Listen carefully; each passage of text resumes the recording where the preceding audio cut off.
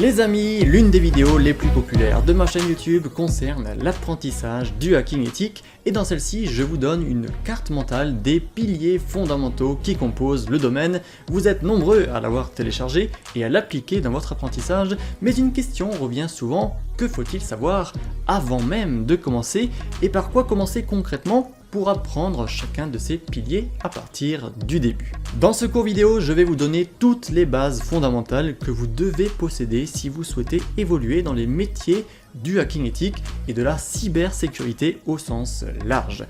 Que l'on soit bien d'accord, il existe beaucoup de compétences pour devenir hacker et cela prend naturellement du temps pour les acquérir. Là n'est pas le but de ce cours, le but de ce cours est de faire le focus sur les compétences fondamentales à savoir avant de démarrer, qui vous seront utiles par la suite quoi qu'il arrive et qui vous permettront de progresser dans le domaine de la meilleure des manières. C'est en quelque sorte un guide d'apprentissage.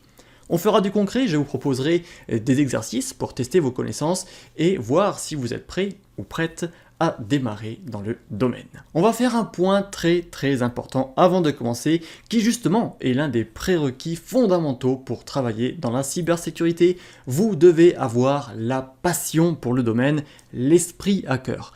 Ça semble évident, mais il faut bien comprendre l'idée. Cela signifie que vous devez aimer passer du temps devant votre écran pour monter en compétences et pour fouiller dans les détails par simple curiosité. Vous devez accepter que personne ne saura jamais tout, surtout dans ce domaine, vous y compris. En somme, vous ne devez pas abandonner parce que quelque chose ne fonctionne pas ou vous semble compliqué. Vous allez apprendre toute votre vie, vous allez être bloqué, vous allez faire des erreurs. C'est normal, c'est que vous êtes au bon endroit. Vous n'êtes pas moins bon que les autres. La différence entre un hacker et une autre personne qui ne sera jamais hacker, c'est justement ce que l'on fait à partir de ce moment. Et si vous n'avez pas la bonne attitude, eh bien le domaine n'est peut-être pas fait pour vous, tout simplement. Le problème actuel qui se pose, sans doute pour vous, c'est par où commencer dans ce domaine du hacking. Comment je fais pour progresser rapidement et comment éviter de me retrouver bloqué face à un mur, noyé par la masse d'informations. Le hacking, vous le savez, c'est un domaine qui est complexe, il y a beaucoup de choses à comprendre, on vient juste de le dire, et donc il y a beaucoup de chemins différents à prendre, et pas forcément un chemin unique qui est valide pour tout le monde. D'ailleurs, il n'y a pas non plus toujours du contenu qui explique tout clairement pour vous, pour votre chemin, pour votre niveau, et au final, cette situation peut vous faire passer à côté de votre passion, avec tout ce que cela implique. Vous avez donc la chance de commencer aujourd'hui, d'apprendre petit à petit, alors saisissez-la et ayez la bonne attitude. Alors, avant d'entrer dans le vif du sujet, faisons un rapide point essentiel. Pourquoi vous devriez vraiment apprendre le hacking ? Vous le savez déjà, et j'ai déjà fait plusieurs vidéos à ce sujet, la cybersécurité est un domaine en pleine pénurie. En 2017, 1000 postes seulement sur 6000 en cybersécurité ont été pourvus en France. La pénurie s'aggrave même avec le temps et au fil des évolutions technologiques. Les entreprises cherchent des profils mais n'en trouvent pas. Alors comment est-ce qu'on en est arrivé là ?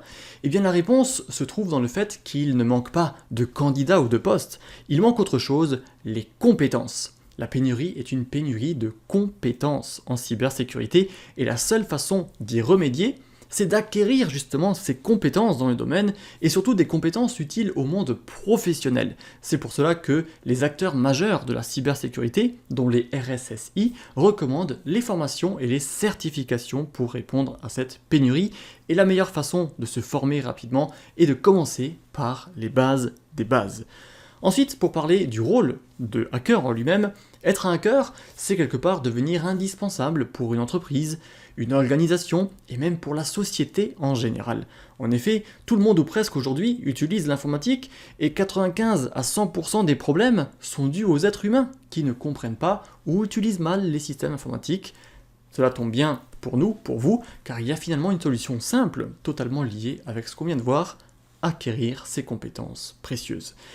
Puis les utiliser ou les proposer aux autres, par exemple dans le cadre d'un travail. Et il n'y a pas besoin d'un bac plus 10 pour cela, mais il n'y a pas non plus de raccourci ou de miracle qui permettrait d'injecter des connaissances dans un cerveau, même si ça serait vraiment pratique, je l'admets. En informatique, la connaissance, c'est donc le pouvoir. Être un hacker, c'est savoir ce que 90% des personnes ne savent pas, c'est maîtriser l'outil informatique dans ses détails, et c'est savoir se protéger et protéger les autres contre les menaces informatiques. L'acquisition des compétences n'est pas directement liée à votre âge ou à votre diplôme, mais plutôt à votre passion et à votre caractère. Je suis titulaire d'un master en réseau informatique et je suis donc bien placé pour l'affirmer. En effet, même dans un cursus d'informatique universitaire, vous n'allez pas nécessairement apprendre le métier de hacker éthique, ni même forcément d'ailleurs les enjeux de la cybersécurité, sans compter que les enseignements en question pourraient eux aussi être dépassés des années après le parcours scolaire. L'apprentissage du hacking peut ainsi se faire en autodidacte, et je vais même vous dire qu'il devrait se faire en autodidacte. Bien entendu, je ne dis pas pour autant qu'un diplôme est inutile, chaque connaissance est très précieuse et à prendre en compte. D'ailleurs, des diplômes spécialisés dans la cybersécurité sont certainement très bons et utiles, mais vous devez retenir que l'apprentissage ne se limite pas à des cours universitaires qu'on vous donne et que la mentalité du hacker, c'est d'être souple et d'apprendre sans forcément faire comme les autres ou comme on vous dit de faire. Il faut avoir cet esprit libre, en fin de compte, pour apprendre. Voici quelques bénéfices et avantages dont vous disposerez en apprenant le hacking éthique. D'abord, vous posséderez des compétences dans un métier prisé, passionnant et bien payé. Ensuite, vous aurez la possibilité de maîtriser les systèmes informatiques comme personne d'autre, avec des connaissances pointues permettant de tout faire ou presque avec un ordinateur. Vous pourrez également assurer votre avenir avec des nouveaux besoins, des nouvelles technologies, des nouveaux défis réguliers. Et il sera donc impossible de s'ennuyer. Et enfin, vous saurez bien sûr comment les piratages fonctionnent dans le but de vous en défendre concrètement, et vous saurez donc sécuriser vos systèmes ou ceux des autres. C'est une énorme opportunité, et à l'heure actuelle, il y a de la place pour rejoindre ce petit groupe privilégié. Pour finir, une petite parenthèse matérielle pour celles et ceux qui se demandent quel ordinateur ou équipement il faut pour apprendre ce domaine. Il faut savoir que vous n'avez pas besoin d'une machine de gamer à 2000 €, mais il faut quand même un ordinateur suffisamment puissant pour non seulement vous épanouir sans trop de contraintes, mais aussi car l'on va potentiellement installer des machines virtuelles et d'autres outils assez lourds pour le système. Il convient donc d'avoir au moins 6 ou 8 Go de mémoire RAM et au moins 500 Go d'espace disque, si possible SSD. Vous pouvez utiliser Windows, Mac ou Linux, mais surtout vous devriez connaître Linux, vous verrez qu'on en reparlera plus tard.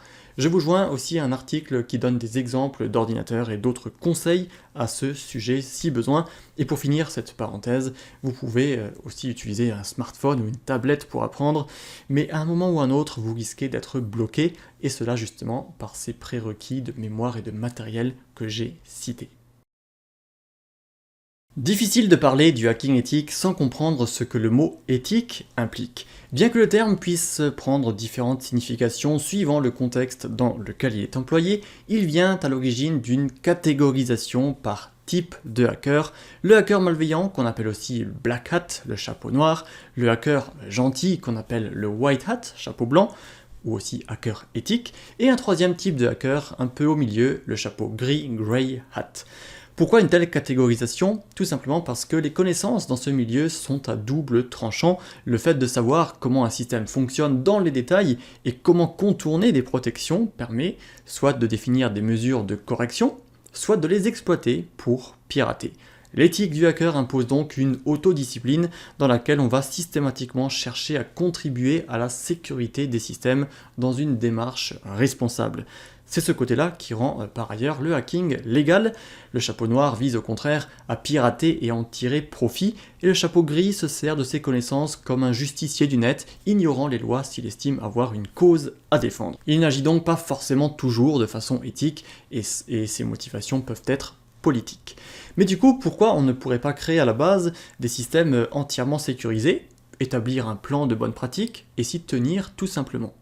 Eh bien la réponse est très simple, le système n'est sécurisé que si les acteurs responsables de sa mise en place l'ont sécurisé correctement et si les utilisateurs l'utilisent ensuite correctement.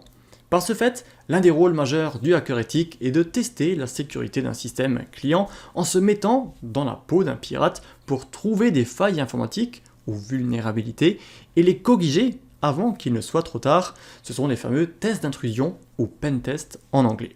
On connaît tous les fameuses bonnes pratiques, on sait qu'il ne faut pas cliquer sur une pièce jointe, surtout si elle est suspecte, on sait qu'il faut faire attention à ce qu'on télécharge, mais alors pourquoi les cyberattaques réussissent toujours? Et de plus en plus? Pourquoi? Parce que les bonnes pratiques et les solutions de sécurité technique ne suffisent pas. Les entreprises font de plus en plus appel aux hackers éthiques car la cybersécurité est un domaine qui requiert des compétences pointues et des solutions efficaces qui se trouvent dans notre comportement. On vient de parler de failles informatiques, cela fait référence à un bug, volontaire ou non, issu de l'être humain et introduisant une vulnérabilité dans un système. Par exemple, un bug dans un système de connexion peut permettre à un attaquant de se connecter sans connaître un mot de passe d'un utilisateur. Les bugs et les failles ne se valent pas tous, certains ont une portée réduite, mais d'autres sont critiques, notamment lorsqu'ils permettent d'exécuter des commandes arbitraires sur le système ciblé. Techniquement parlant, on dit qu'il s'agit de Remote Code Execution, RCE, ou exécution de code à distance en français, dont l'attaquant peut se servir pour compromettre toute l'intégrité du système et de ses utilisateurs. Si l'on reprend notre système de login faillible, c'est comme si l'on pouvait injecter une commande qui dit supprimer toute la base de données des utilisateurs dans un champ mot de passe. Et cette commande se retrouve exécutée par le serveur pour supprimer toutes les données en question. Vous voyez là le niveau critique qu'il peut y avoir. Je vous ai préparé ici un exemple sur un dépôt GitHub d'un chercheur, je crois, qui a trouvé une vulnérabilité dans le logiciel de chat Microsoft Teams et il a fait une petite capture d'écran qui montre le principe pour que nous puissions en fait y voir plus clair. Vous y voyez sur la gauche de l'écran l'interface en noir de Microsoft Teams. Et donc vous pouvez imaginer que cette personne-là communique avec une autre personne qui a la même interface. Et vous avez ensuite, sur le côté droit, un outil, disons de hacking, c'est Burp Suite, qui permet d'intercepter et de refaire, en fait, de changer les requêtes qui se passent sur le réseau. Et vous voyez que donc il crée cette requête un petit peu spécifique, il appuie sur le bouton Send, et ce qui se passe, c'est que ensuite la calculatrice s'ouvre. Alors ce qu'il faut bien comprendre, c'est que ici tout se passe sur le même écran, mais il faut bien imaginer que cette interface Teams noire, elle est sur deux PC différents. Le hacker, lui, a en plus cet outil de hacking Burp Suite, il envoie en fait un message, si vous voulez, qui est truqué, c'est ce fameux message qui exploite la vulnérabilité. La personne qui reçoit le message de son côté, elle se retrouve avec la calculatrice qui s'ouvre. C'est pour ça qu'on a injecté des commandes, le pirate a réussi à injecter à travers ce chat un texte spécifique qui a exploité une vulnérabilité dans ce système chez la victime et qui ouvre la calculatrice juste par pur exemple. On pourrait très bien lui faire exécuter d'autres actions sur son système et là vous vous rendez compte que c'est très problématique parce que à partir de n'importe quel logiciel donné qui serait faillible, on pourrait imaginer comme ça le fait d'injecter des commandes, de faire exécuter à distance des commandes et ainsi pirater tout simplement la personne. On pourrait lui envoyer un virus ou peu importe. C'est par cet exemple que je voulais vous faire un petit peu mieux comprendre le principe, mais si vous avez besoin de plus d'explications, n'hésitez pas à le dire en commentaire. Ces différentes failles informatiques sont classifiées sous forme d'identifiants CVE maintenus par l'organisme MITRE, dépendant du département de la sécurité intérieure des États-Unis. L'identifiant prend habituellement le format suivant, CVE-année et un numéro d'identification. Pourquoi avoir standardisé ces identifiants? Tout simplement pour pouvoir les traiter facilement à travers le monde, sans quoi on s'en mêlerait un peu les pinceaux, qu'est-ce qui est quoi. Et pour le coup, chaque identifiant CVE se voit aussi attribuer un score de sévérité ou de dangerosité en somme. Ce score est lui aussi standardisé par le Common Vulnerability Scoring System, CVSS. Vous pouvez retenir pour le moment qu'il y a des identifiants standardisés pour chaque vulnérabilité rapportée et qu'il y a également un niveau de dangerosité associé. Vous voyez par exemple ici un identifiant CVE avec son score de sévérité. Ces mêmes identifiants CVE et score sont ensuite utilisés et utilisables par exemple dans un outil de scanning ou de test de vulnérabilité. Encore une fois, l'objectif c'est simplement d'avoir un standard international, tout comme les protocoles informatiques qui sont eux aussi standardisés, sans quoi vous enverriez par exemple un email à quelqu'un qui ne comprendrait pas ou ne le recevrait jamais. Et comme les langues parlées, en fait, si on n'avait pas standardisé la langue française, eh bien vous ne comprendriez pas ce que je dis. Et vous voyez que même des fois, quand on standardise, c'est pas évident. Le rôle du hacker éthique dans toute cette histoire, c'est d'identifier des vulnérabilités dans les systèmes clients concernés et de se baser sur ces classifications pour établir un rapport et des mesures de correction. Bien entendu, il n'y a pas toujours des identifiants pour tout. Par exemple, si quelqu'un clique sur une pièce jointe malveillante, on ne va pas lui donner un numéro CVE pour autant, on donne des CVE à ce qui peut être techniquement corrigé. De cette procédure de classification des failles en découlent les concepts de divulgation de vulnérabilité trouvée. On dit qu'on fait du responsible disclosure lorsqu'on divulgue la vulnérabilité avec responsabilité, sous-entendu qu'on en parle d'abord avec l'entité qui gère le système concerné et qu'on en parle publiquement seulement après un certain temps, voire pas du tout. C'est l'inverse de la divulgation publique directe qui sort de l'éthique du hacker, on va plutôt chercher à tirer un profit, voire à revendre la vulnérabilité en question. Il faut savoir qu'il existe des plateformes dites de bug bounty permettant d'offrir un cadre spécifique aux hackers éthiques pour trouver légalement des vulnérabilités dans des systèmes d'entreprises consentantes. Le tout étant rémunéré sur la base d'un partenariat gagnant-gagnant, l'entreprise sécurise son système grâce aux hackers éthiques, et les hackers éthiques sont rémunérés pour cela. Bien sûr, pour atteindre ce niveau, vous allez voir qu'il y a beaucoup de choses à apprendre et des bases à connaître avant cela que nous sommes en train de voir. Je vous joins à ce propos une dizaine de cours PDF d'université sur les bases de l'informatique, des réseaux, de Linux ou encore de la programmation. On va en parler tout au long de ce cours, vous n'êtes donc pas obligé de lire et d'apprendre en détail tous ces cours PDF, rappelez-vous l'esprit hacker qui demande une souplesse, mais ils peuvent en fait compléter ce que l'on va voir et vous servir de support, ils sont entièrement gratuits, vous pouvez donc les télécharger dès maintenant. L'introduction précédente aux failles informatiques permet, dans un contexte plus général, de parler d'un point fondamental que doivent suivre les hackers éthiques, les référentiels, normes et autres standards.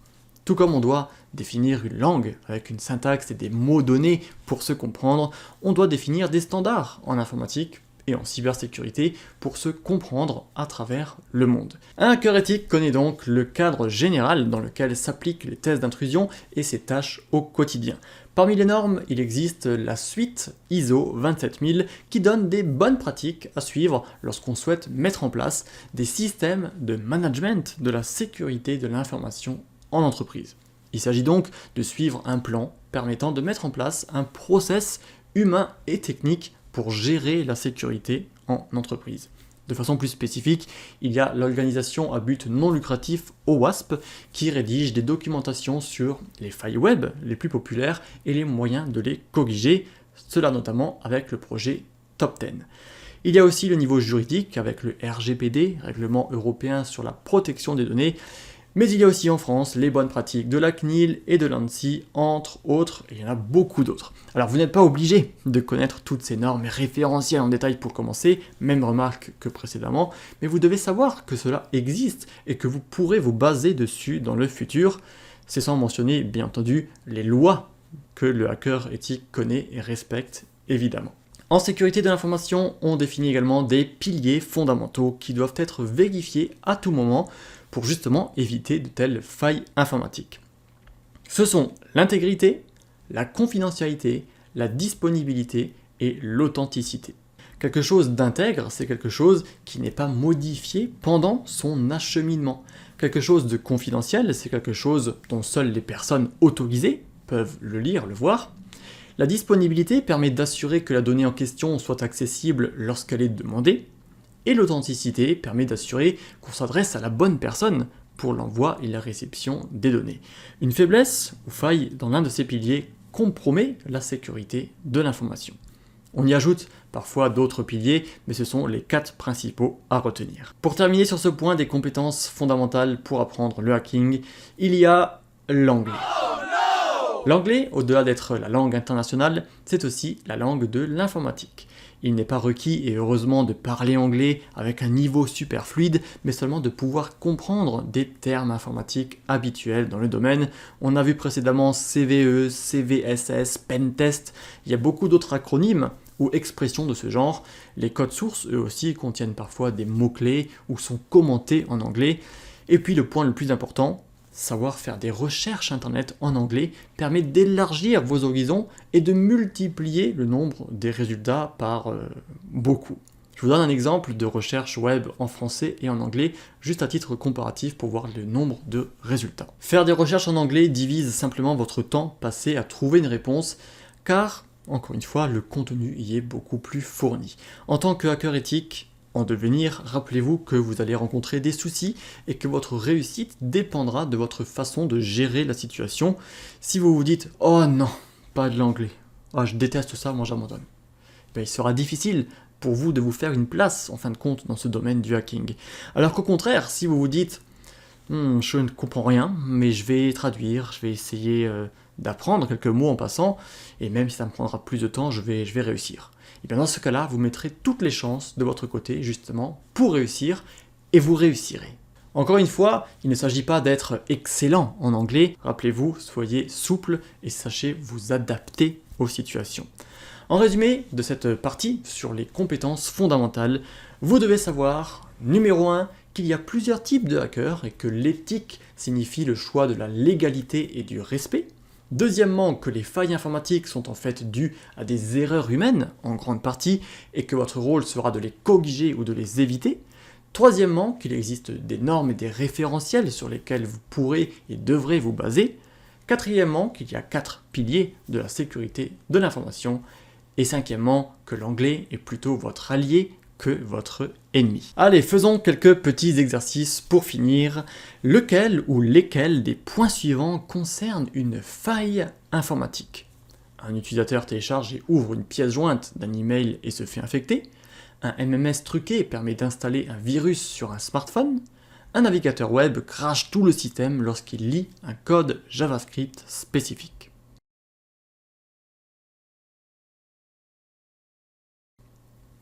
Deuxième question, si je pirate parce que je suis victime d'injustice, suis-je un hacker éthique? Oui ou non?